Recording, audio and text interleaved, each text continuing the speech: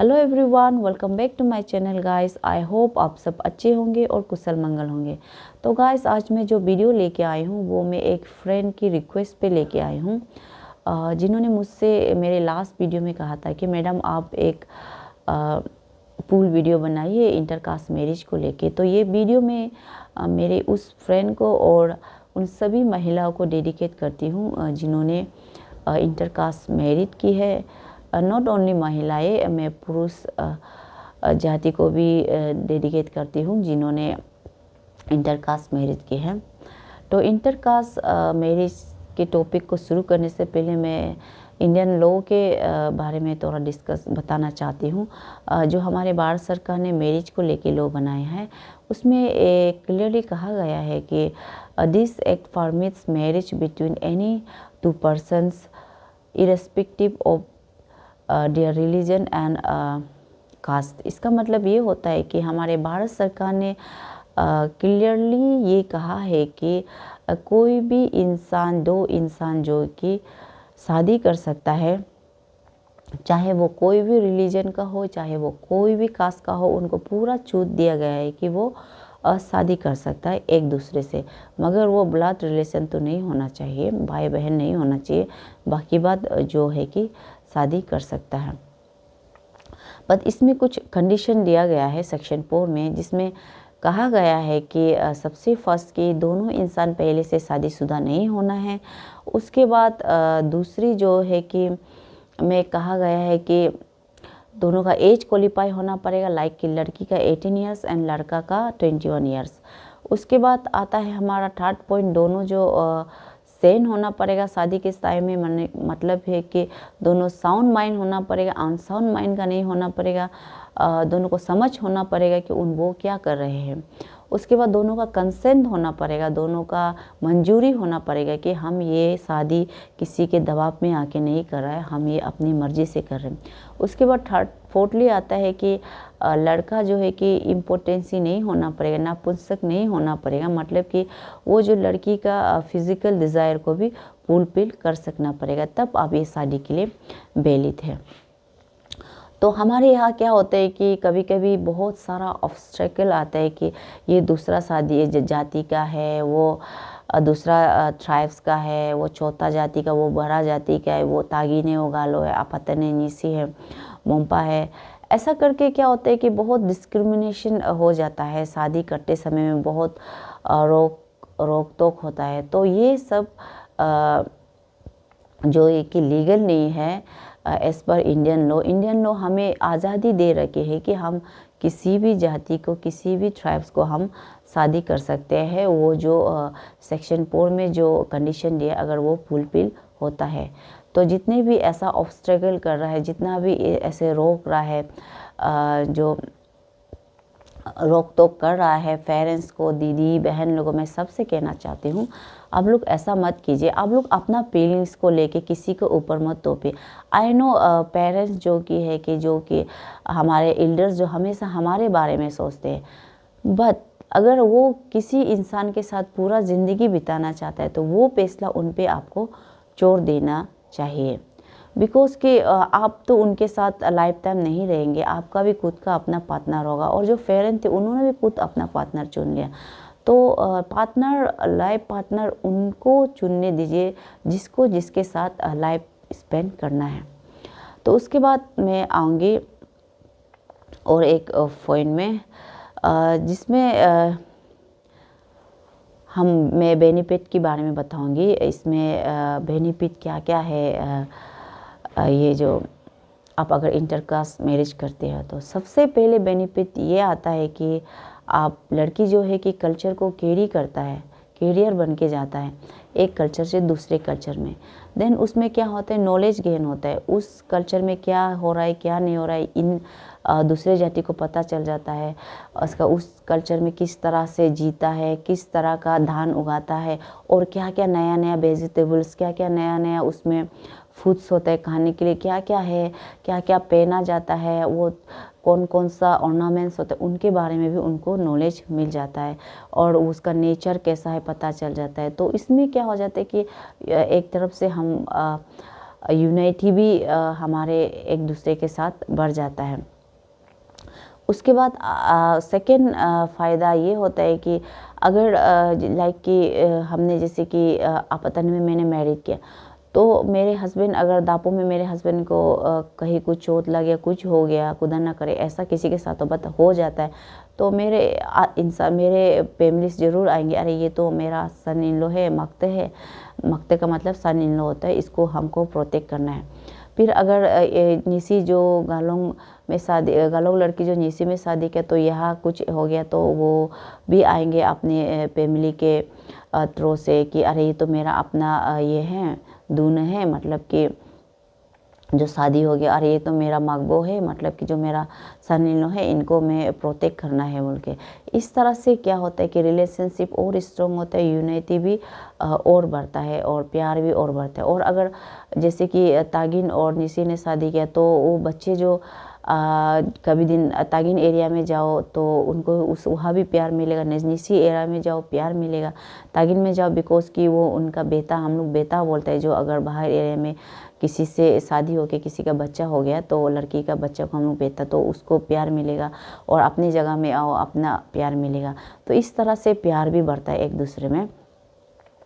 और इसमें बहुत सारा डीमेरिट भी निकाला जाता है, लाइक कि बहुत सारे लोग ऐसा होता है, हस्बैंड लोग के फैमिलीज लोग कि तुम तो शादी हो गया, तुम अभी अपना हस्बैंड का ही फॉलो करो, वाइफ का फॉलो मत करो, और हस्बैंड जो होता है कि तुम मेरा ही फॉलो करना पड़ेगा, अपना का फॉलो मत करो, ऐसा बोल के वाइफ को मेंटली टॉर्चर देता है।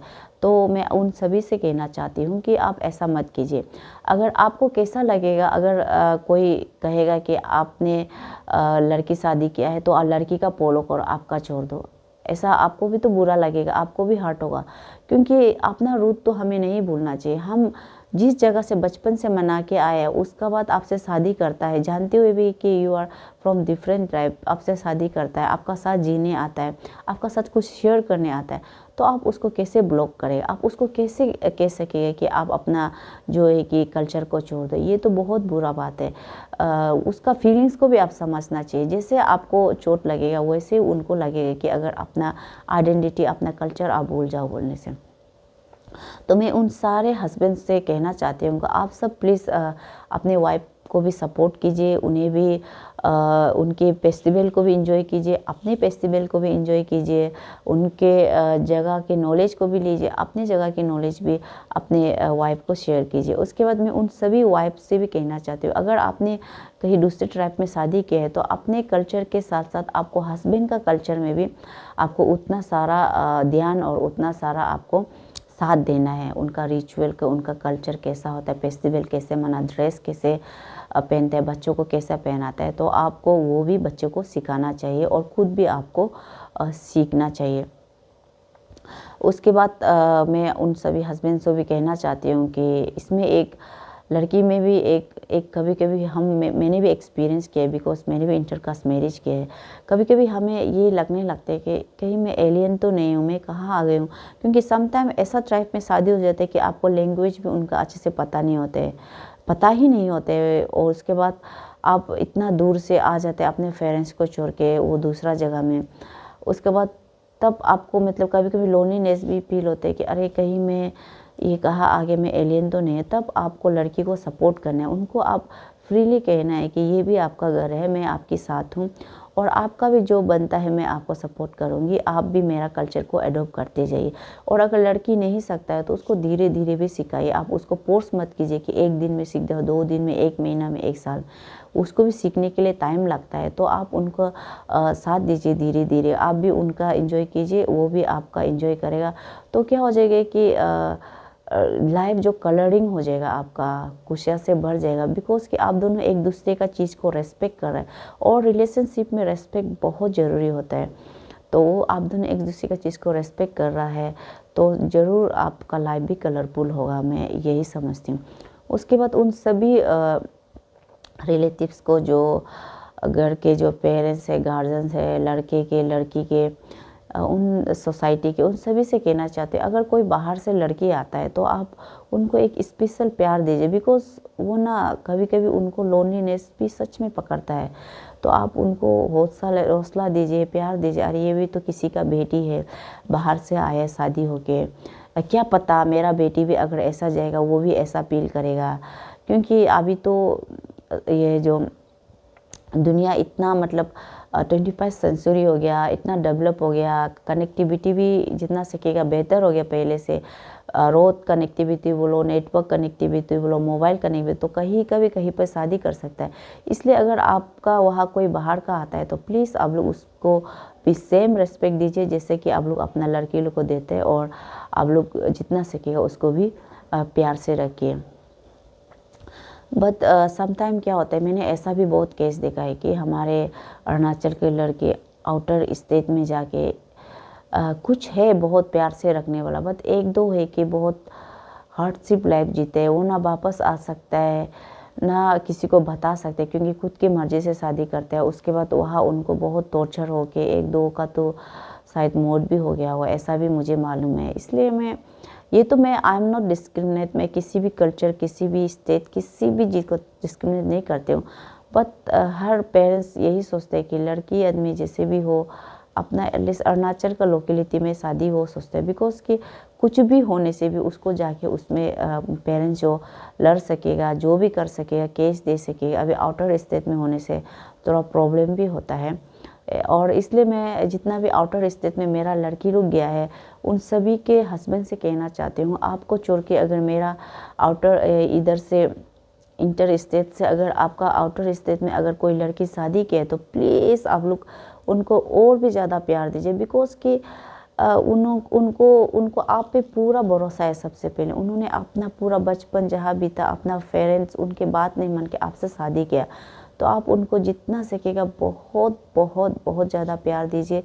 और हमारे लड़कियां भी प्लीज़ अलर्ट रहिए, अगर आप ऐसा बाहर शादी करते हैं तो जितना सकेगा अपना फ़ोन को अलर्ट रहिए, जितना सकेगा किसी एक दोस्त बना के रखिए अपना जगह में, या अपना पेरेंट्स को बताए अगर कुछ भी आपके साथ डोमेस्टिक वायलेंस हो रहा है, क्रूरल्टी हो रहा है, तो आप प्लीज़ अपने घर में फ़ोन करके दीदी को, बहन को, दोस्त को बताइए। आप ऐसे मत छुपाइए कि हम नहीं मान के शादी किए तो अभी हम किसको बताएगा, ऐसा मत सोचिए। क्योंकि आपका फैमिली ही रहेगा, चाहे जैसा भी हो वो आपको ज़रूर मदद करेगा। आप जैसे भी आप अपने पेरेंट्स को ये कवर कीजिए। उसके बाद कोई महिला अगर इस चीज़ से गुजर रहा है तो आप 1091 ये वुमेन हेल्पलाइन नंबर है, आप उस पर भी कॉल कीजिए। तो उस पर आपका नज़दीकी जो थाना होगा आपका लोकेशन को देख के, तो उससे आपको प्रोटेक्शन मिल जाएगा लेडीज़ पुलिस स्टेशन से, वुमेन पुलिस स्टेशन से। तो आप ये नंबर को भी याद रखें, उसके बाद अपने आप को भी प्रोटेक्ट कीजिए। तो आज का मेरा ये इंटरकास्ट मैरिज को लेके बात इतना ही है कि आप सब डिस्क्रिमिनेट मत कीजिए एक दूसरे से, जितना सके अगर इंटरकास्ट मैरिज हुआ है तो एक दूसरे से प्यार से रहिए, अच्छे से रहिए। उसके बाद एक दूसरे के कल्चर को रेस्पेक्ट कीजिए। उसके बाद लास्टली मैं एक अच्छी नोट के साथ ख़त्म करना चाहती हूँ ये वीडियो। तो मेरे जितने भी भाई बहन जो मेरी बात सुन रहे हैं, प्लीज़ आप लोग अर्ली मैरिज मत कीजिए। अर्ली मैरिज जो बहुत हार्डफुल लाइफ देगा आपको, आपका पास ड्रीम आप अच्छे से कैचअप नहीं कर पाएगा। सेकेंडली आप इतना जल्दी आपको रिस्पॉन्सिबिलिटी लेना पड़ेगा।